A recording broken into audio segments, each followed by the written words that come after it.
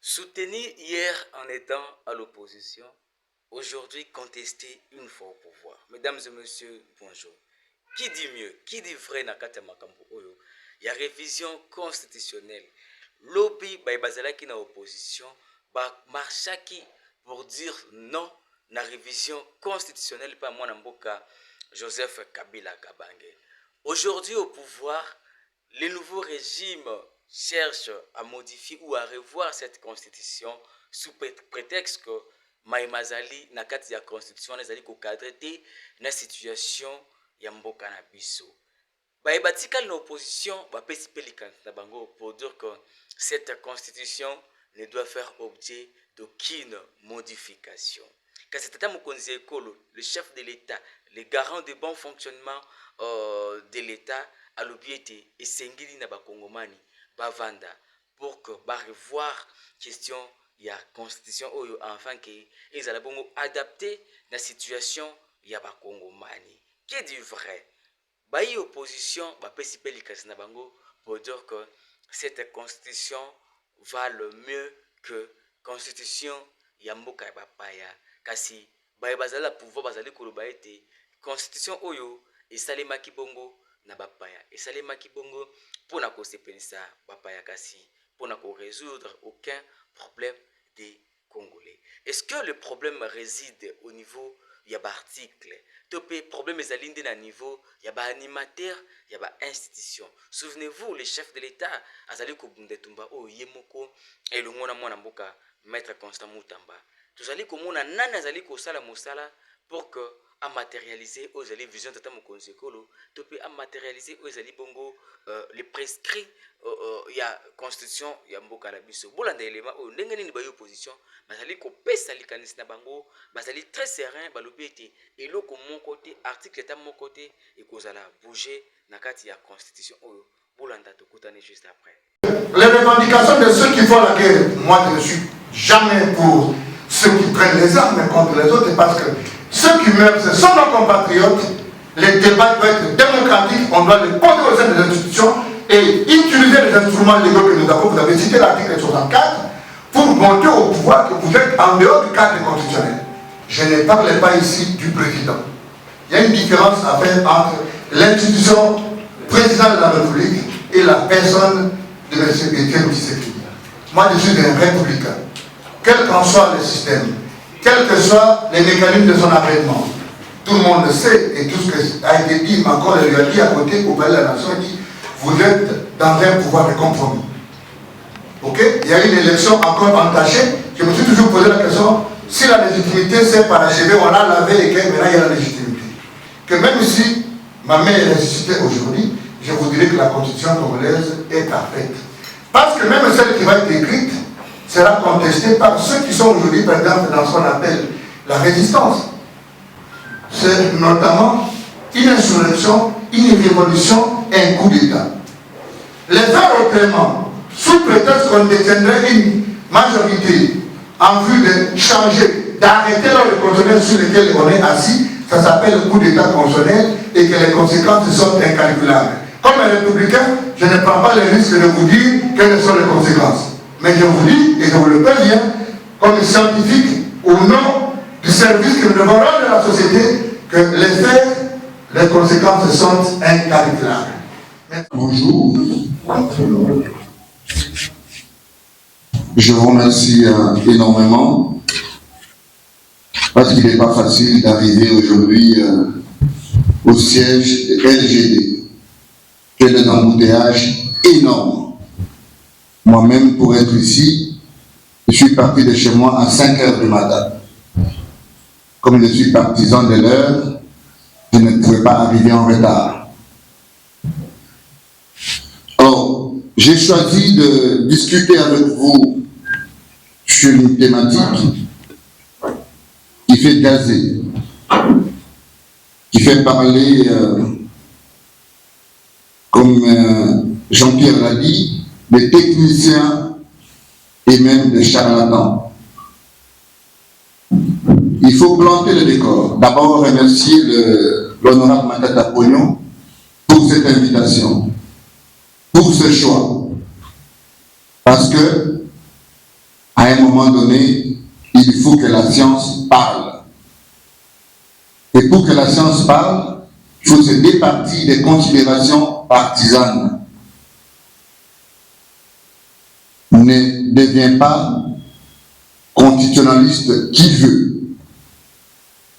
Autant on dit, il existe des dispositions intangibles, autant on dit qu'il y a des dispositions qui sont devenues obsolètes dans notre constitution, autant on dit que c'est une constitution des étrangers, écrite à l'étranger par des étrangers. Autant je me pose la question, pourquoi tous ceux qui interviennent, la majorité, sont des docteurs de Paris à Sorbonne, d'autres de Louvain, d'autres encore de Liège, et pourquoi pas les ressources congolaises. Parce que le Congo forme aussi. Modestement, je suis un docteur de l'université de Kinshasa et je n'ai aucun complexe vis-à-vis d'un docteur de Paris, parce que la science sans conscience n'est que ruine de l'âme. Il relève de notre responsabilité aujourd'hui, devant l'histoire, devant la communauté scientifique, de dire la vérité. Elle n'est pas universelle, et nous allons partager notre opinion pour qu'elle rentre dans la balance de l'histoire, pour rencontrer ces théoriciens qui expliquent la Constitution au gré des vagues et selon les intérêts de leur ventre.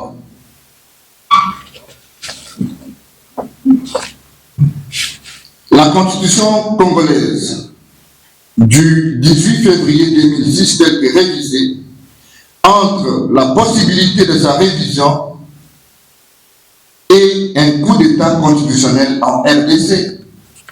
Telle est la question de mon intervention. Honorables et chers compatriotes, cette question est d'une importance capitale au regard de la sensibilité du débat et de la place que la Constitution dans toute société démocratique s'inscrit. J'inscris cette intervention dans une dimension purement scientifique. Loin de toute considération politique et politicienne, il est de notre responsabilité, alors scientifique, de prendre la parole pour éviter le pire au peuple congolais. La Constitution est le pacte d'une société. Elle a une valeur ésotérique inaccessible aux non-initiés. Dans sa dimension anthropologique, toute constitution conserve les valeurs des démons ambiants, des tabous et des non-dits. La constitution est l'expression de l'identité d'un peuple. Quels qu'en soient les modes de son avènement, elle doit résulter du consensus national. Elle est l'instrument qui naît de la compilation des valeurs positives qui composent toute société et dans la diversité sociologique et anthropologique qui est la sienne. En d'autres termes, la Constitution est le pacte socio-juridique et politique qui scelle les liens spirituels et mystiques entre nos aïeux, notre génération et les générations futures. C'est dans ce contexte que tous les pays du monde connaissent plusieurs textes liés à leur histoire politique. Il en est ainsi dans notre pays où nous avons connu des textes constitutionnels de 1885 à nos jours. La présence thématique examine 2 points axés sur l'état indépendant du Congo en termes de texte et l'avènement du texte constitutionnel aujourd'hui en vigueur. De l'état indépendant du Congo, si Félix Vundoy enseigne que c'est à partir de l'acte général de la conférence de Berlin qu'ont été jetées les bases de la naissance du Congo, aujourd'hui République démocratique du Congo, Dieudonné Kalouba estime tout de même qu'il serait difficile de considérer cet acte comme un texte constitutionnel tant que sa nature juridique demeure celle d'un traité international.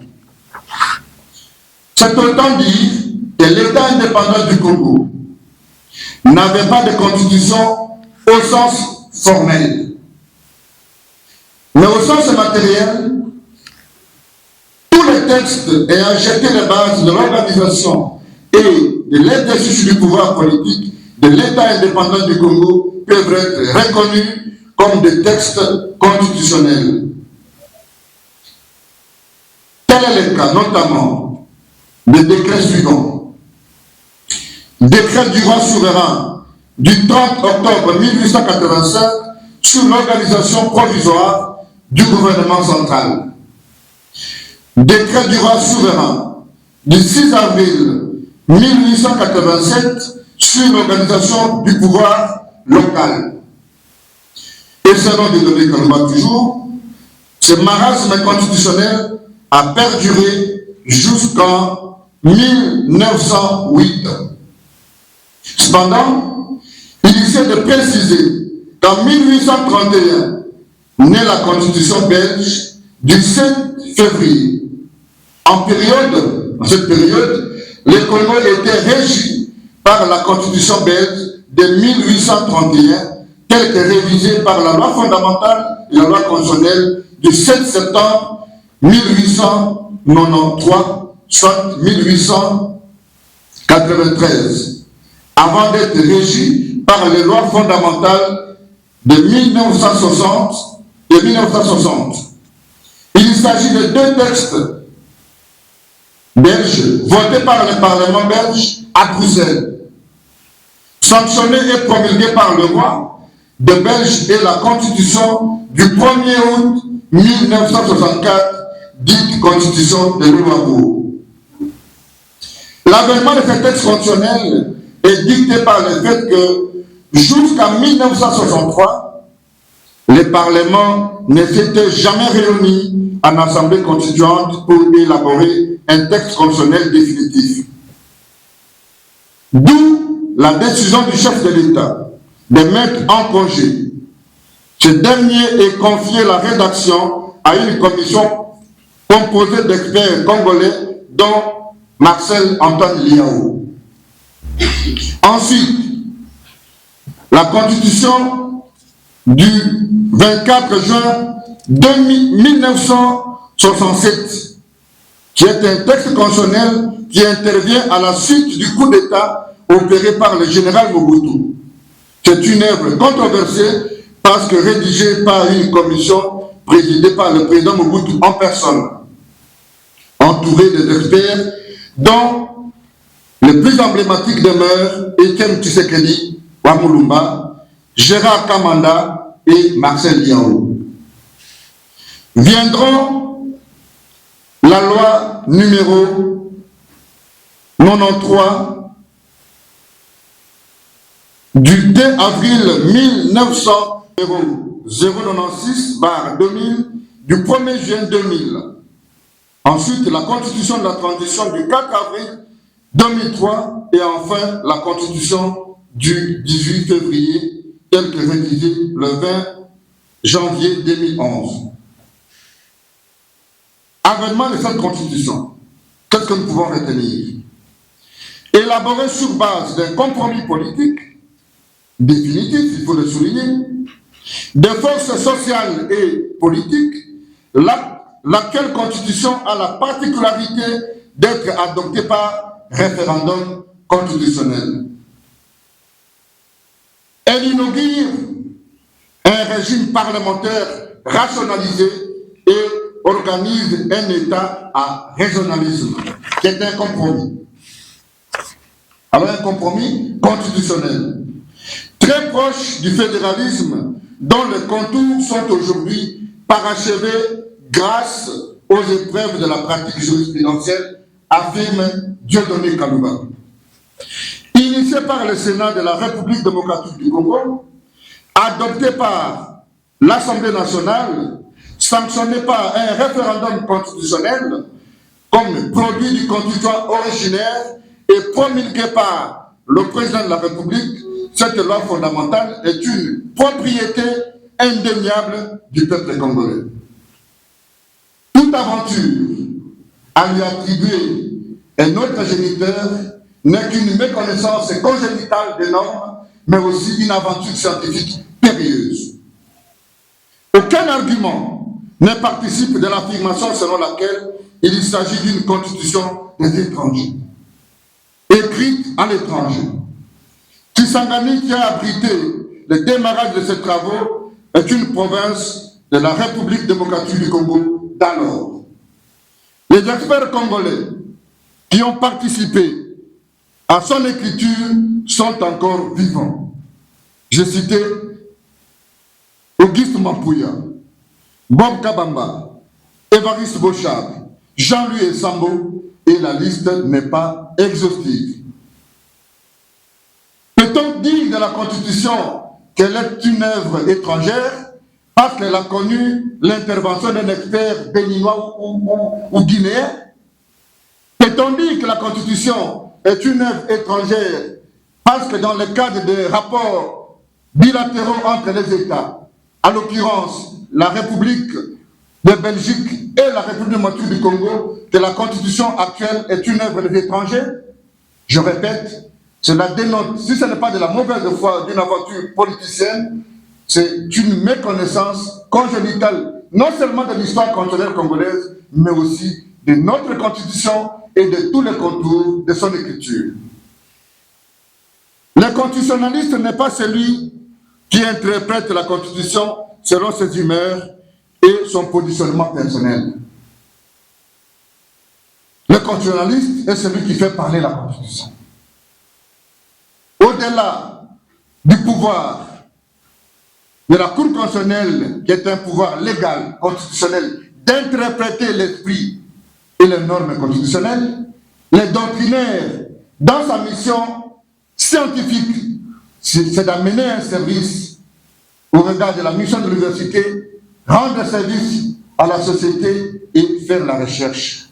Si donc les spécialistes, les constitutionnalistes, entre guillemets, s'arrogent le pouvoir d'interpréter la Constitution ou la doctrine constitutionnelle au regard de son positionnement, c'est un constitutionnaliste qui mérite une place dans la poubelle de l'histoire. Il s'agit d'une responsabilité scientifique comme élite, comme intellectuel entre parenthèses, c'est des concepts assez utilisés, assez usés, à tort ou à raison, confondant ainsi élite, intellectuel, porteur de diplômes et de diplômés. Parce que science sans conscience n'est que ruine de l'âme. Je l'ai dit. Impossibilité tirée de l'interprétation de la révision de la Constitution. Dans la poursuite de la protection de la Constitution par les constituants originaires, il est interdit de procéder à la révision constitutionnelle. Cette limitation est temporelle et elle est matérielle. Impossibilité matérielle, ou plutôt temporelle. Les constitutions limitent parfois le pouvoir de révision constitutionnelle dans le temps. En d'autres termes, elles interdisent les révisions pendant un certain laps de temps. Dans tel cas, on parle de limites temporelles du pouvoir. La Constitution interdit la révision avant l'écoulement d'un délai à partir de sa mise en vigueur, et bien, elle exclut sa révision dans une certaine circonstance. De ce point de vue, nous avons entendu beaucoup de gesticulations autour de la maturité de la Constitution. C'est une fausse argumentation que de dire à la société scientifique aujourd'hui qu'après 18 ans, notre loi fondamentale a atteint sa maturité. Parce que je peux défier tout intellectuel normalement constitué que la Constitution congolaise n'a jamais été appliquée dans sa globalité. Et je veux que quelqu'un me réponde, c'est quelle disposition spécifique exige au président, dans le contexte congolo-congolais, où une majorité est déclarée avant les élections à la hauteur de plus de 480 députés sur une assemblée de 500 députés, qu'on était obligé de nommer un informateur. Autant, une question arithmétique, est-ce que pour compter le nombre de députés, 500 députés, 200 députés mieux, 250 plus 1, a-t-on besoin de prendre une suite à Hilton? A-t-on besoin de recruter des gens pour une affabulation autour de la Constitution et des tripatouilles de la volonté du peuple? On parle de comptage, mais on ne parle pas de l'argent qui va avec, et c'est payé par qui? Pendant l'intérim à la présidence de la République, lorsque l'Assemblée nationale ou le Sénat se trouvent empêchés de se réunir librement. On peut déduire que l'article 219, que c'est un temps normal que l'on peut procéder à la révision constitutionnelle.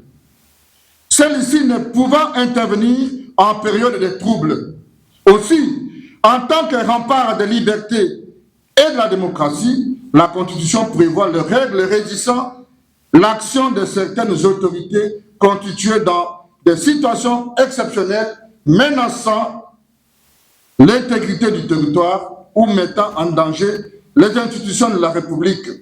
Pendant cette période, qui requiert l'unité et la cohésion nationale, il convient d'éviter des débats à même d'y porter atteinte.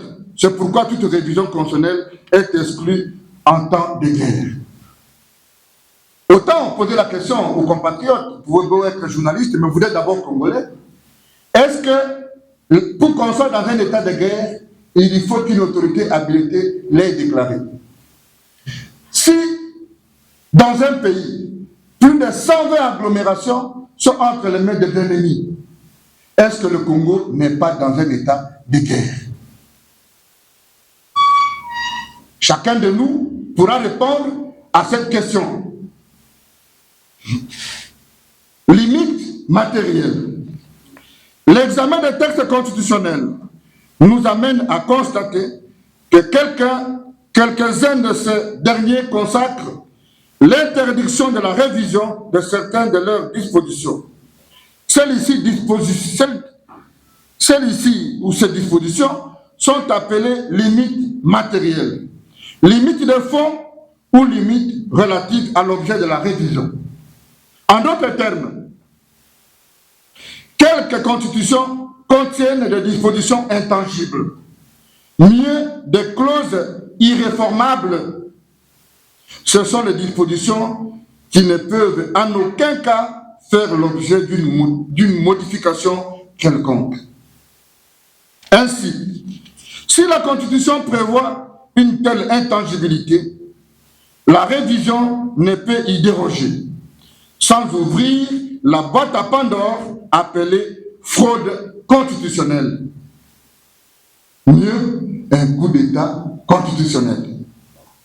Car l'intangibilité poursuit la protection de certaines matières pour l'efficacité du fonctionnement de l'État et de la pérennisation de notre système démocratique.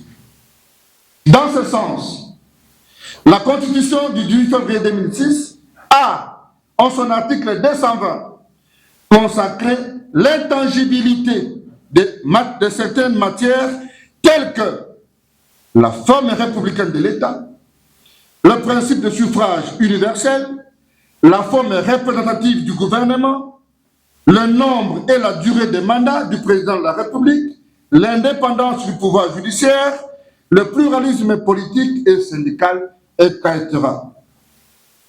Dans ce domaine, le record est détenu par la Constitution portugaise. Parce qu'ici, on veut nous dire que c'est nous qui inventons le roue, parce qu'il y a des spécialistes sous les bois qui interprètent la norme fondamentale sans légitimité scientifique et sans légalité intellectuelle.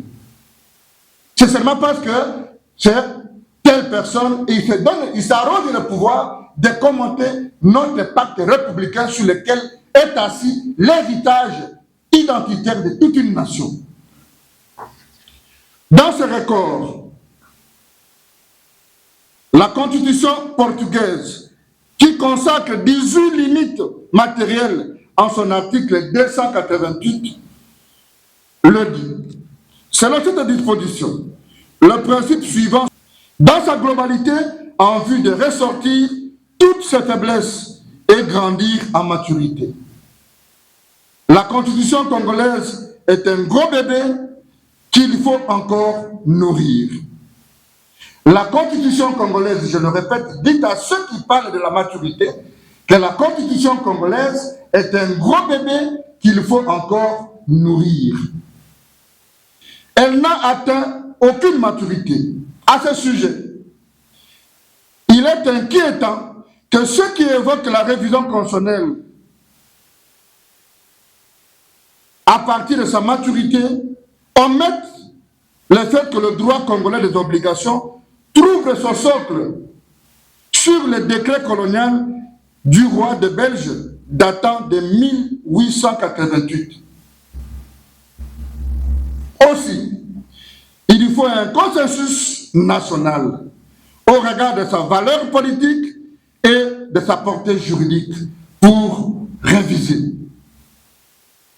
Sur ce, il est de notoriété publique que le processus électoral de 2023 a laissé une cassure dans le tissu de la cohésion nationale. Où est Joseph Kabila, si on peut poser la question? Le père de l'alternance, pour la première fois dans l'histoire de notre pays. Qui n'a pas entendu le chef de l'État dire qu'au niveau des législatives, il y a eu des nominations? Peut-on confier à cette Assemblée nationale, du reste coopté, du reste désigné, le destin de toute une nation? Du basculement de la majorité du FCC sous coup des raisons obscures et avec l'interprétation de la disposition relative au mandat non impératif, avons-nous une assemblée capable de traiter d'une question de légitimité de notre destin sans vendre notre âme comme peuple et comme nation?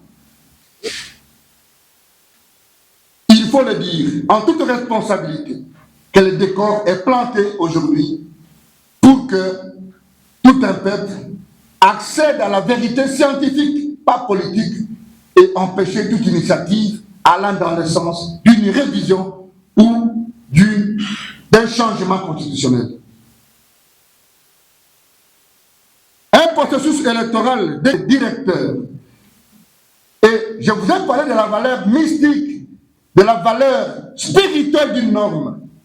Si, en 2006, nous sommes partis au référendum et nous avons posé la question à la population, à nos parents, certains sont morts, sommes-nous d'accord pour cette constitution? Les parents ont dit oui. Ces parents sont morts. Regardez la valeur spirituelle d'une constitution. Ces parents sont morts. Est-ce que nous, qui vivons aujourd'hui, nous avons le pouvoir spirituel de revenir sur la volonté de nos parents qui sont morts? Par quel mécanisme? Mais il faut faire attention. Les gens doivent savoir que le principe, il est classique. Toute constitution est révisable. Que ce soit dit, toute constitution est quoi? Révisable. Et la manière de la réviser est prévue dans la constitution elle-même. L'initiative, la procédure, les mécanismes sont prévus dans la constitution.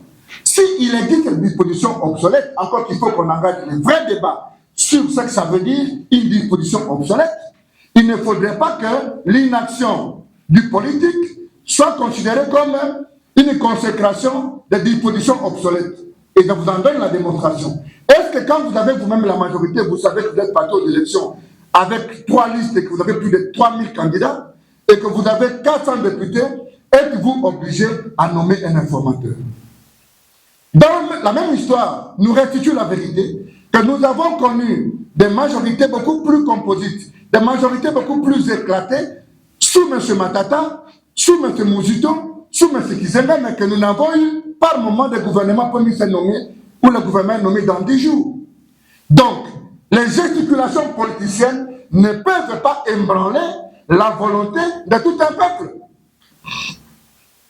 J'ai entendu certains constitutionnalistes de Sayo, parce qu'il y a maintenant des universités à Sayo, qui se donnent même le pouvoir de commenter la Constitution, quelqu'un quitte les sciences infirmières, il devient spécialiste en droit. Nous sommes, nous, jaloux de cette qualité. Ok? Qu'est-ce qu'ils disent? Oh non, le Congo peut céder souverainement ou bien momentanément sa souveraineté. Tu ne connais pas que dans ces pays, où, au moment de l'écriture de la norme, il y a ce qu'on appelle en Afrique le panafricanisme. Et donc, la volonté du Congo ou la vision la vision congolaise de l'Afrique. Mais comment vous voulez me dire qu'on fait la suppression des frontières au niveau de certaines zones, mais que dans notre constitution, nous pensons qu'il devient aberrant de dire que le Congo peut céder momentanément. Mais je pose la question aux gens qui vont à l'ambassade, pour ceux qui n'ont jamais été à l'ambassade. Si vous êtes poursuivi maintenant et que vous vous trouvez à l'ambassade des États-Unis, eh bien, aucun policier ne peut aller vous prendre. Je pose la question aux charlatans de la Constitution. C'est sur le pied de quelle disposition il est interdit à un magistrat congolais d'envoyer ses agents vous prendre à l'ambassade des États-Unis si dans notre Constitution il n'y a rien qui est prévu. Les gens voudront nous dire non, la question de la nationalité. Mais la nationalité, elle ne constitue pas une question intangible. Autant les gens disent non, il faut qu'on nomme le gouverneur. Les gens oublient, ils ont une mémoire courte. Est-ce que le problème qu'il y a entre le gouverneur et les députés provinciaux sont liés à la Constitution? Si vous-même vous contrôlez, aujourd'hui, dans la configuration congolaise, citez-moi un seul gouverneur qui n'est pas le gouverneur de l'Union sacrée. Ça signifie qu'il existe d'autres cadres de règlement de litiges politiques qui ne peuvent pas être transposés dans la Constitution. Regardez la faiblesse des arguments. Nous attendons le débat contradictoire. Et j'ai demandé à mon grand frère Augustin Kabouya qui a lancé ce débat pour dire, bon, est-ce que nous pouvons faire un débat loin délimité sur un salon scientifique pour que vous m'expliquiez un peu qu'est-ce que vous entendez par la Constitution et en quoi vous vous donnez, vous, le pouvoir de penser que le testament de votre grand-père, c'est le testament du peuple congolais. Il faut que la science, à un moment donné, parle. Et nous prenons la responsabilité d'affronter quiconque se réclamerait constitutionnaliste. D'où qu'ils viennent pour qu'ils nous montrent en quoi la Constitution congolaise est devenue mature et qu'elle a été appliquée et qu'elle doit être changée et que son changement est fait ou bien corrobore avec le développement et la cohésion nationale. Mais aussi l'idée qui est force. Si vous changez la Constitution sans un événement important, l'unique manière de changer de république, l'unique manière de recommencer la réécriture d'une constitution, il faut un événement extraordinaire. Comme une révolution, ça s'est fait chez Compaoré, comme une rébellion, comme ce que nous avons connu sous la Fidèle, avec toute l'évolution. Et je vous ai donné l'économie de l'évolution de nos textes avec toutes les constitutions, dites les transitions. Quand vous vérifiez, Mobutu fait un coup d'État à 65, il y a un acte fonctionnel de la transition et il écrit plus tard une constitution de l'Ouabou. Il y a des textes constitutionnels provisoires, mais chaque texte constitutionnel définitif n'est qu'un texte qui est le produit d'un événement. Encore que ici, la constitution du 27 2006 a été sanctionnée par le peuple et donc on ne pose pas la question au peuple deux fois. Dites à ces gens qui disent que c'est le peuple qui va dénouer. Il y a un lien spirituel dans une constitution. Il y a une valeur anthropologique. Il y a une dimension ésotérique qui n'est pas accessible aux gens parce qu'ils occupent des fonctions. La science n'a pas de grand-père. La science n'a la vérité que la science. Nous avons dit.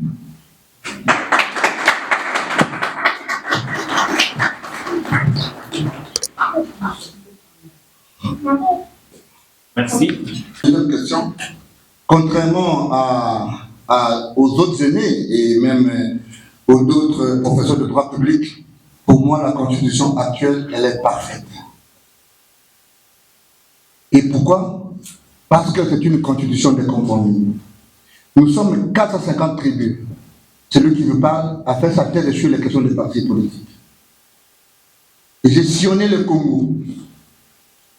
Nous sommes dans un état de compromis. Si nous n'avons pas un compromis, aucun parti, aucune tribu, aucune province ne pourrait gérer ce pays s'il n'y a pas de consensus. Et donc, la constitution que nous avons actuellement, les gens confondent l'écriture constitutionnelle à l'interprétation littérale. C'est une constitution de compromis et j'étais encore jeune quand cette constitution a été écrite. Je me suis donné la peine comme doctrinaire à fouiller dans les annales, les travaux parlementaires pour comprendre les options tranchées. Pour moi, ce n'est pas une constitution ou l'écriture constitutionnelle qui est en fait un problème dans un système étatique. Ce sont des animateurs, ce sont des personnes. Vous me posez la question sur le fait que la crainte est que le président actuel s'éternise au pouvoir. Je vous ai dit que si je fais la conférence au siège du LGD, c'est une tribune populaire et qui est essentiellement scientifique.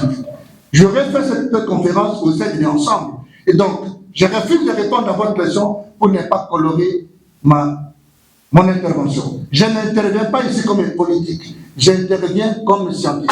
Donc, si j'ai mis ces articles, j'ai mis cette barre haute pour rester dans la dimension scientifique, parce que les autres peuvent venir. Et j'ai lancé le débat. Je veux que quelqu'un vienne me répondre sur la maturité de la Constitution, sur les dispositions obsolètes, sans m'évoquer le fait que ce sont les animateurs qui ne sont pas à la hauteur de nos enjeux. Donc, tout ce que vous avez dit se résume dans le fait que toute constitution est révisable. Vous avez évoqué vous-même les conditions, les mécanismes. L'initiative peut être prise par qui? Tout est dit dans la Constitution. Je n'ai pas de problème de révision. Mais seulement, je vous ai dit, si nous avons de la dynamique des changements, il n'y a aucune constitution au monde.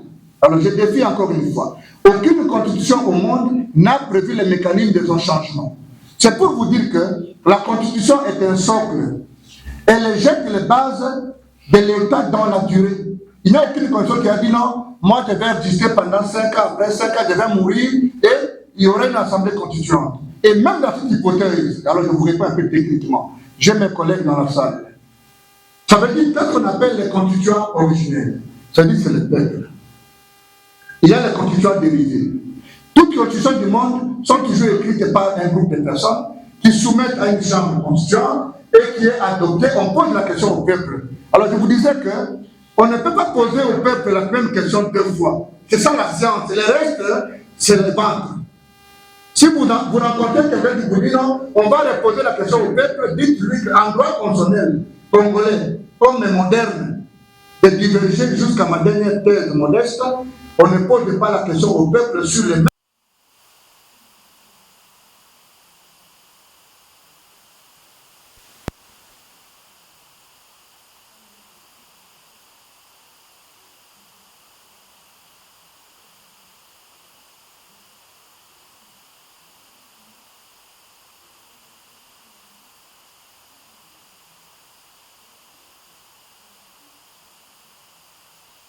Le président a prêté serment sur la Constitution. De quel droit?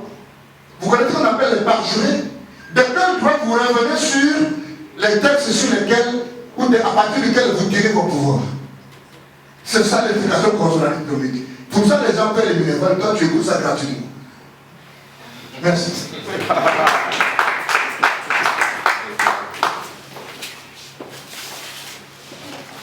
Je ne parle pas ici du président. Il y a une différence à faire entre l'institution président de la République et la personne de M. Étienne Tshisekedi. Moi, je suis un républicain. Quel qu'en soit le système, quels que soient les mécanismes de son avènement, tout le monde le sait, et tout ce qui a été dit, encore il lui a dit à côté au palais de la nation, il dit, vous êtes dans un pouvoir de compromis. Ok? Il y a une élection encore entachée. Je me suis toujours posé la question, si la légitimité s'est parachevée, on a lavé et que maintenant il y a la légitimité. Je ne parle pas du président comme personne. Je ne parle pas du parti présidentiel. Le débat, il est un débat scientifique, il est sur la Constitution. Mais poser la question, qu'est-ce que j'estime être une disposition imparfaite? Je vous ai dit que même si ma mère est ressuscitée aujourd'hui, je vous dirais que la Constitution congolaise est parfaite. Parce que même celle qui va être écrite sera contestée par ceux qui sont aujourd'hui, par exemple, dans ce qu'on appelle la résistance. Vous pensez que ces compatriotes n'ont aucun droit, ou nous qui sommes à Kinshasa maintenant, nous avons plus de droits que ceux qui sont en exil? Vous pensez que les revendications de ceux qui font la guerre, moi je ne suis jamais pour ceux qui prennent les armes contre les autres, parce que Ceux qui meurent, ce sont nos compatriotes. Les débats doivent être démocratiques. On doit les poser au sein des institutions et utiliser les instruments légaux que nous avons. Vous avez cité l'article 64 pour montrer au pouvoir que vous êtes en dehors du cadre constitutionnel. Mais que j'estime que je ne suis pas dans le débat des individus. Pour moi, la Constitution est un compromis et qu'il n'y aura aucune Constitution qui va venir qui ne sera pas un compromis. Et donc, un compromis sur un compromis nouveau, j'estime que ce compromis donne en soi des garanties d'équilibre et de consensus au lieu de chercher un autre compromis dont on n'a aucune garantie que ce compromis va être partagé par les autres. Aussi, vous connaissez, vous savez qu'au monde entier, dans le monde, il y a des États qui ont des constitutions dites coutumières, et aussi de l'Allemagne, parce que vous faites le lien entre la constitution et le développement. C'est une alchimie dialectique infondée et ça n'a aucun soubassement scientifique. La constitution est la loi mère et elle trace les cadres de la collaboration des différents pouvoirs qui sont connus, ils sont classiques, horizontalement et verticalement. Nous avons une constitution de compromis qui veut qu'il n'y ait pas un chef d'État, en fait fort, qu'il n'y ait pas de compte à rendre. D'ailleurs, on a dit que nous sommes dans un régime présidentiel, mais en réalité nous sommes dans un régime présidentialiste. Pour preuve, les gens font une alchimie, encore une fois, incompréhensible pour dire non, écoutez, quand vous entendez le peuple, tout le monde s'adresse au président, mais que c'est plutôt le gouvernement qui est le centre de l'action du pouvoir. C'est faux. C'est plutôt une explication qui devait rentrer dans le cadre de notre passé politique. Nous avons connu 32 ans de Mobutu, et chez Mobutu, Tatabo, Moko, Mamabo, Ekolobo, Moko, et donc, on estime que dans la dimension philosophique d'un peuple affamé, il s'adresse à la plus haute autorité. Ce n'est pas qu'ils ne connaissent pas qu'il y a le Premier ministre. Et donc, ceux qui pensent qu'il faut supprimer le poste de Premier ministre et créer une vice-présidence, c'est comme si ils disent que si demain le peuple commence à s'adresser à nouveau au vice-président, on va encore enlever le vice-président et peut-être créer un parlement tricaméral. Non, on ne résout pas le problème de cette manière-là. Vous parlez de la révision, elle est prévue. Les changements, je vous ai dit que modestement, je peux aussi apprendre. On ne change pas de constitution sans un événement imprévisible. Et les événements imprévisibles qui sont prévisibles, c'est notamment une insurrection, une révolution et un coup d'État. Les faire autrement, sous prétexte qu'on détiendrait une majorité en vue de changer, d'arrêter le constitutionnel sur lequel on est assis, ça s'appelle le coup d'État constitutionnel et que les conséquences sont incalculables. Comme un républicain, je ne prends pas le risque de vous dire quelles sont les conséquences. Mais je vous dis, et je vous le préviens, comme scientifique, au nom du service que nous devons rendre à la société, que les faits, les conséquences sont incalculables. Merci.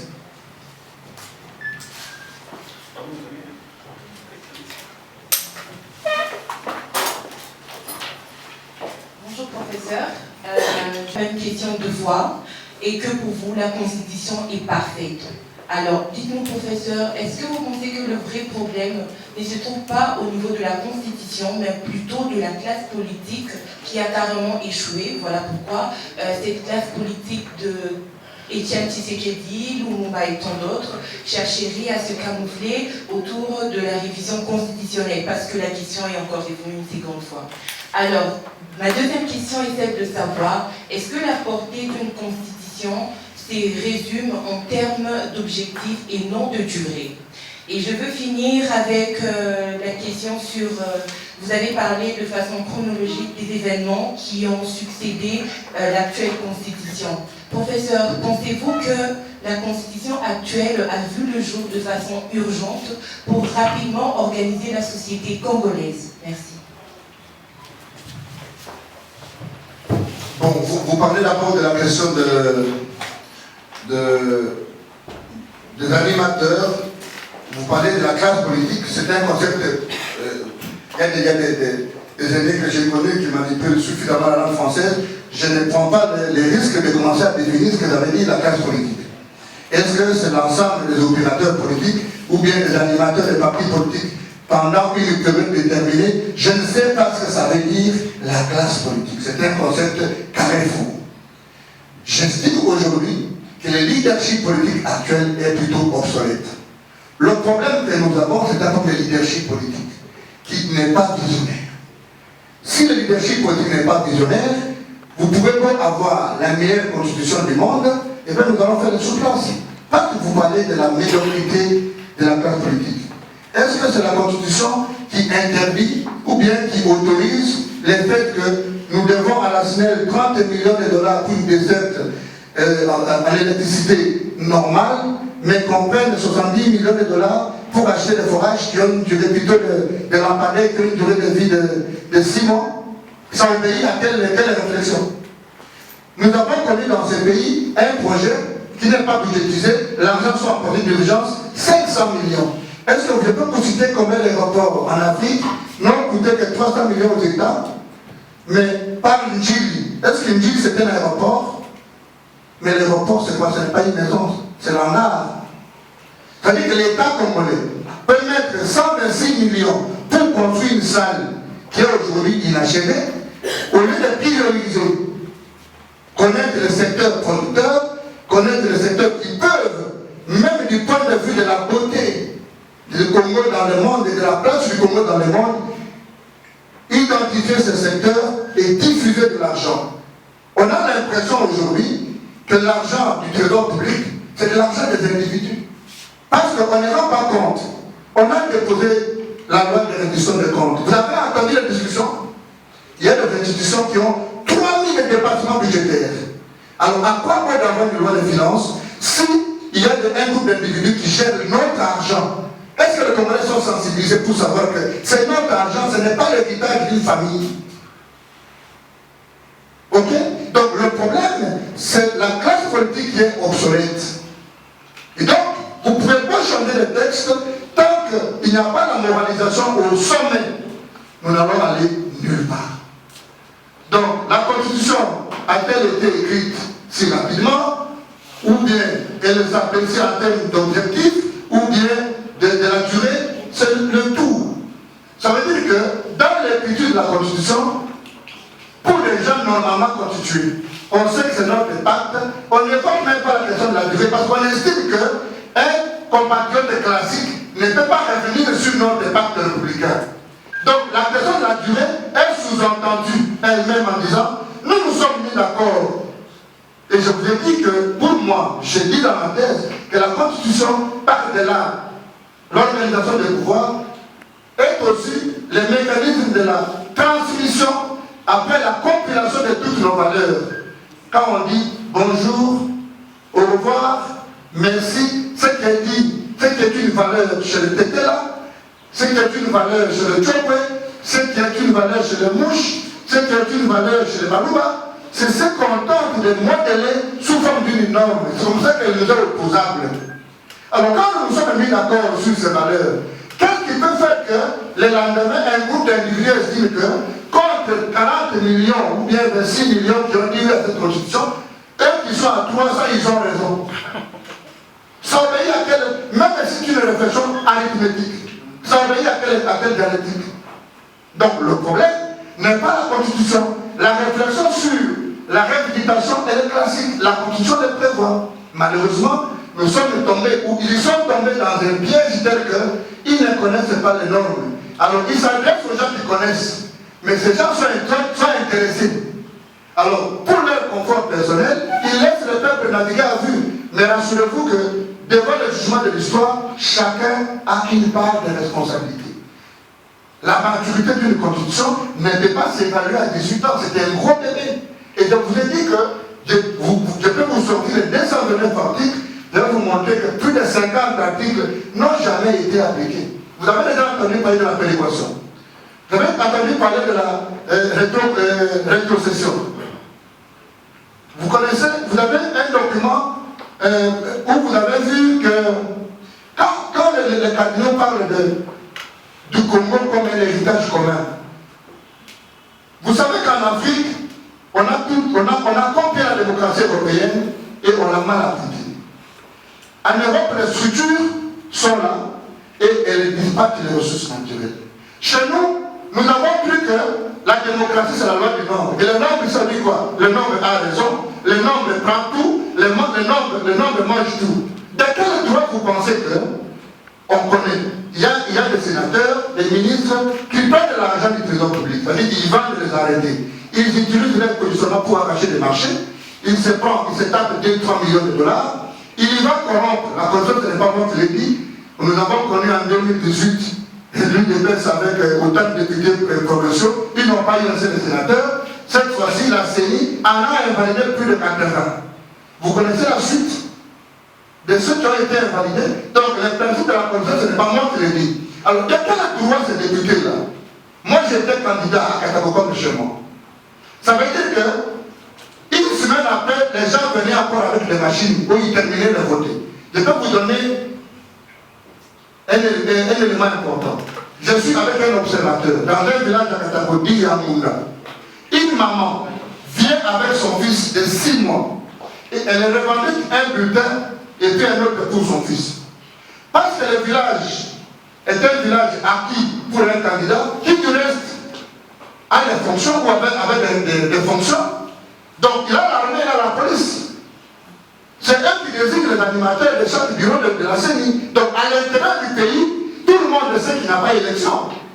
La majorité des députés qui viennent ici ne sont pas élus. Tous ceux qui ont des pouvoirs ici s'arrangent avec les animateurs de la CENI, ils ont l'argent. Donc si vous voyez un député, ne l'appelez pas honorable. Si vous êtes minimalement intellectuel, ne l'appelez pas honorable. Il illustre une qualité, en fait il est honorable par procuration. Donc vous voulez, madame, que ce sont ces gens-là qui décident de notre sort. Je ne pense pas. Il faut connaître la responsabilité de le dire. Merci.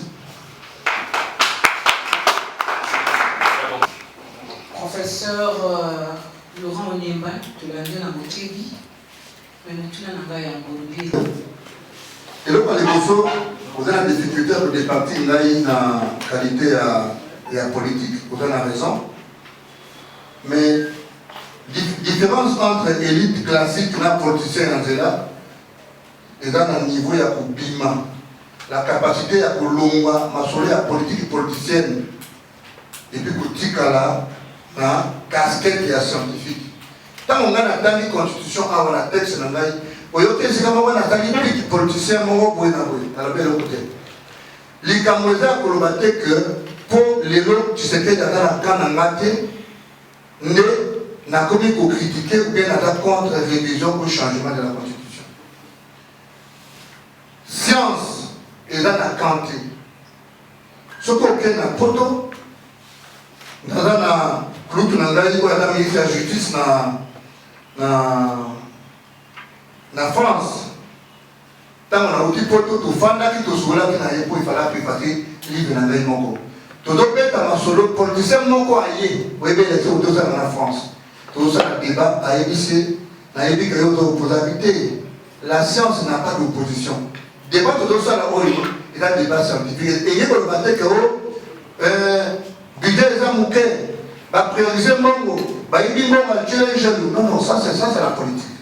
Mais avant tout le monde, Makamba, Toubé, Kolikouzi. Nalobi n'a pas tout boyé. Maintenant, ce matin, la constitution pourquoi? Parce que autant la société est dynamique, la norme l'est aussi. Et la norme doit suivre l'évolution de la société. Et les raisons doivent être discutées, et parce qu'il s'agit de la norme fondamentale, il faut qu'il y ait un compromis. Maman Sylvie, ce qui compromis les actes dans les bécolis Kunzi, tel que je dois appeler un document provisoire, quand les autres qui vont changer en gros. Parce que beaucoup de la terre et dans momentané. Dans cette considération, au lobby, est-ce que le gouvernement a l'analyse de c'est ça dans le bâti que pour réviser la constitution? Vous savez, on pouvait réviser la constitution. Oui, la beauté de la science, l'œuvre en fait dans les nuances. Ce qu'on le dit, je peux vous démontrer des votes des Français dans la Constitution. Ça veut dire que toute œuvre humaine est toujours entachée là-bas. Et l'autre, comment il faut changer. Mais là, il a l'obité. On a totalement raison. Pour moi, d'ailleurs, je me suis dit, j'ai tenté de m'amuser en disant quel deviendrait ce Parlement sans ce sang. Ok? Parce que vous êtes dans la campus, nous avons un cours deux données Kalouba ou bien professeur Ngonako, il a deux Ngabango, mais souvent de l'Ikou. Donc, soit vous avez ça à l'Ikambu. Ailleurs, il y a une résolution, nous sommes la faculté, nous sommes l'université. Alors, c'est ça pour la matrice du Parlement. Ailleurs, si je pouvais m'amuser, je pouvais même coopter, c'est ça qu'on peut être un député coopté pour l'école de l'État, pour surveiller l'écriture. Parce que les valeurs, il faut les reconnaître. Ok? Mais, contexte, on aura que c'est ça qu'on a modifié et changer. Vous savez, si vous sortez un concept de son contexte, il devient un prétexte. Si vous sortez un concept de son contexte, il devient un prétexte. Le contexte a évolué au point qu'aujourd'hui, plus nous avançons, plus nous nous rendons compte que nous n'aurons jamais trouvé un compromis comme celui-ci. Encore que c'est ça, mais resté classique, il n'a pas de la révision. Ici, il parle de changement. Donc, il faut nuancer. Troisième considération, aujourd'hui, bébé à moi pour la télé. Maman Sylvie, au cours de l'humanité philosophique, ce n'est pas une question arithmétique. Que la maturité d'une constitution n'est pas une question arithmétique. C'est une question mystique, une question philosophique. Pourquoi? Parce que on ne peut pas évaluer ce qui m'a la botanie à la couveuse. Attends, on met la calice 6 mois la couveuse. Vous ne pouvez pas. Attends, ça dit 2 ans pour ça, il y a l'anniversaire. Ce qui m'a la couveuse. Attends, ça dit 3 ans. Bon, ça, l'anniversaire. Donc, tout ça, l'anniversaire, moi, la botanie m'a toujours la couveuse. Notre constitution ne peut pas être calculée en termes de maturité parce qu'elle n'est pas encore appliquée. C'est ça la valeur philosophique. Donc quand nous disons des choses, dans le Bangote, le Batouana ou Al-Sayou, parce qu'il y a beaucoup d'universitaires maintenant. Donc, et puis quand on a un niveau d'interpréter la constitution, soit on a le droit constitutionnel classique et on va mettre le droit constitutionnel approfondi. Soit on continue de nous la 60 cours, il y a licence dans le droit, assis dans Sayou, bien à l'université stéphangiste. Après, il n'y a jamais la notion de l'interprétation constitutionnelle, l'interprétation de loi. Il faut voir au moment où donc, quand on parle, on fait un effort de rejoindre le commun de mon cœur pour que ça devienne le cas. Parce que la vérité aussi dans ce pays, c'est que Mingi la Bisso, niveau est assez. Ce qui fait que ceux qui, bon, je donne un exemple, ceux qui se sentent à l'égard sur la Jolina, Bob Gabamba, Bob Gabamba, il paraît sur Bouchard. S'ils doivent parler de la Constitution, je parie que c'est 1% de la Congrès de Babayouka. Ok? Donc, il faut tout quitter. Pour tout le monde, de l'objet de la Constitution, et dans un caractère de la citadine, dans notre salaire à côté. Tout le monde qui m'a dit, pour l'économie, tout le caractère avec les géopolitiques, parce qu'il a dit qu'il y a un côté. Mais tant que le gouvernement est venu, on va dire que non, parce qu'il y a un nous pas limité. Ok? On va dire que nous, parce que ça y est, militaire et relation avec le Parlement. Est-ce que des gens normaux? Un gouvernement des hommes normalement constitués. Ma vie, pour le province, la ordonnance est un rattrapage. On continue de poser une question pour le point de vue structurel. Tout le gouvernement a dit ça. Est-ce que nous avons l'obligation dans le gouvernement, il y a 50 personnes? Nous avons détaché habitat, tourisme. Habitat, tourisme. Et puis la carte d'aménagement du territoire. Alors que l'habitat et plutôt urbanisme et habitat, nous sommes à l'aménagement du territoire. Donc nous sommes 3 ministères. C'est pour récompenser les individus. Parce que soudainement, il était nommé ministre. Et tout le monde le sait. Et tout le monde le voit. Et dans la Constitution, je parle de des valeurs muettes d'une norme constitutionnelle. Il y a des choses que la Constitution ne dit pas. La Constitution ne peut pas venir vous dire que si vous avez nommé gouvernement, vous avez la qualité est. La Constitution n'a pas dit que quand vous avez nommé la entreprise, vous avez la carte, ceux qui vont nommer 10 DG, 10 PCA, ya bazala bato mosusu DDG bazala bato ya koto oyo. Il est temps que les gens savent, ou sachent que la Constitution n'est pas encore appliquée. Nous allons évaluer, on va déclencher la valeur arithmétique de la Constitution à partir du jour où elle va être appliquée. Pour l'instant, c'est notre compromis. Pour l'instant, on peut la réviser selon l'article 219, mais en respectant les compromis qui sont à l'article 220. Dans tous les cas, il y a l'article 5 qui parle du caractère souverain de ce qu'on appelle le pouvoir constituant originaire, qui ne peut pas revenir, sauf s'il y a d'autres conséquences que je ne prends pas le risque d'énumérer ici. Mais la marche là... Non, je ne peux pas parler des individus, c'est ça mon problème. C'est la marche de l'opposition. Oui. Hein? Ceux qui sont actuellement au pouvoir, ce sont eux qui ont marché à cette époque-là, pour dire non à la révision constitutionnelle. Mais ça que je vous ai dit, j'ai répondu à Mme Tania que le problème que nous avons, c'est un problème de personnes. Nous n'avons pas de problème de texte.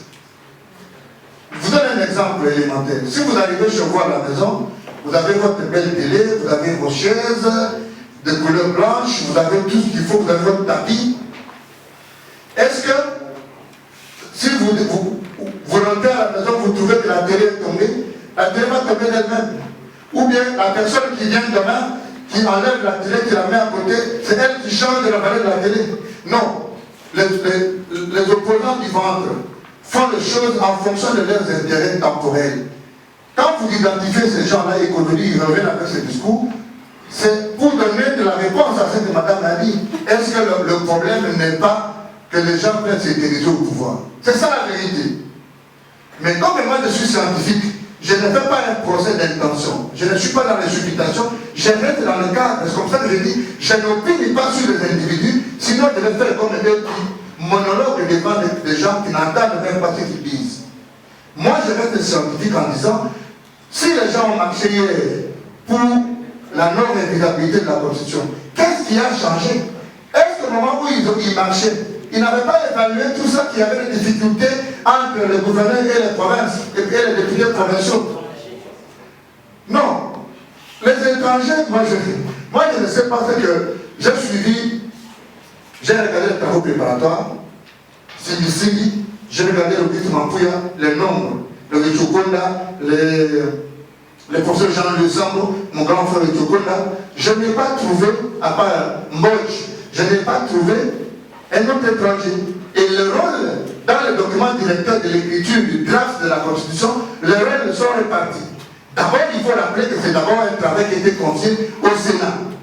Ce sont les sénateurs de la commission PAJ qui a participé à l'écriture du draft. Mais aux côtés de ces sénateurs, ils ont eu un bureau d'experts. Alors moi, je ne sais pas, peut-être qu'on ne parle pas en français ensemble. Est-ce que le fait qu'on fasse appel à des experts pour éclairer les lanternes des sénateurs dans l'écriture du draft de la Constitution fait de la Constitution une Constitution des étrangers? Bon, admettons tout, c'est pour les étrangers et que les étrangers. Je vais m'entendre la notion de la belligérance. Mais si on parle de la belligérance, il y a un des plus grands belligérants qui est au gouvernement. Si nous voulons parler de la belligérance, on ne commencerait pas à poser la question aux belligérants qui sont au gouvernement parce que c'était l'opposition armée. Mais je me demande, est-ce que le fait d'être dans une opposition armée et d'aller à San City fait de vous des étrangers? Si c'est ça la réflexion, alors soyons cohérents jusqu'à la fin. Qu'est-ce que les belligérants sont au gouvernement alors que nous voulons encore écrire une nouvelle constitution? Parce qu'ils vont influer sur la nouvelle constitution. Donc on aura toujours à entacher notre texte nouveau qui va finir parce que les belligérants ne sont pas partis. Il y en a qui sont encore jusque maintenant, soit au gouvernement, soit à l'Assemblée nationale. Donc il n'existe pas de belligérants. Et en droit constitutionnel, quand un texte passe par les référendums constitutionnels, les textes n'appartiennent même plus à l'expert. Ça relève le b.a.-ba de l'écriture constitutionnelle. Dire autrement, c'est faire la politique. Merci, on a suivi.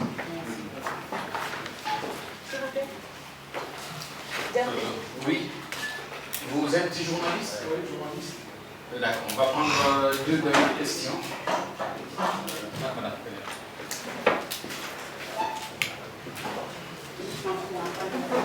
Jean-Claude Couchot pour le compte Tac au Tac Magazine et Congo Web Télévision. Le chef de l'État et sa famille politique tiennent un moment d'épuisement.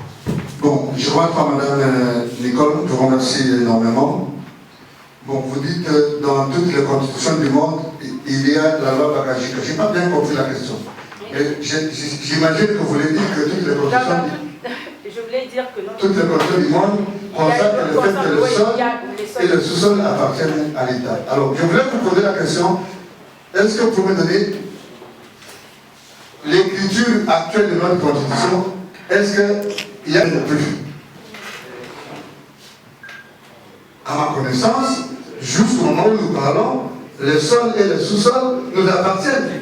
Sinon, on serait envahi par les Centrafricains, les Zambiens, tout le monde. Le Congo, c'est l'Eldorado, c'est la réserve mondiale.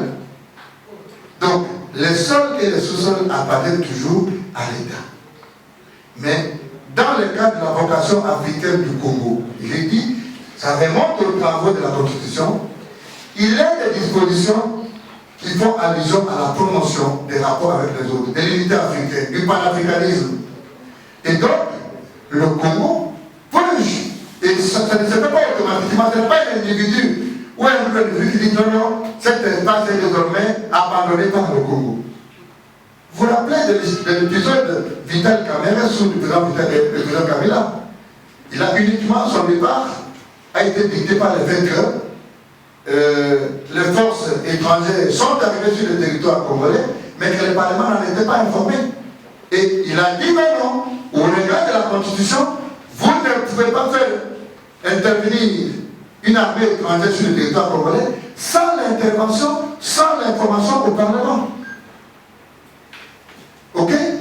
Ça signifie que cette souveraineté à laquelle on fait allusion ne va pas notre droit sur le sol et sur le sous-sol.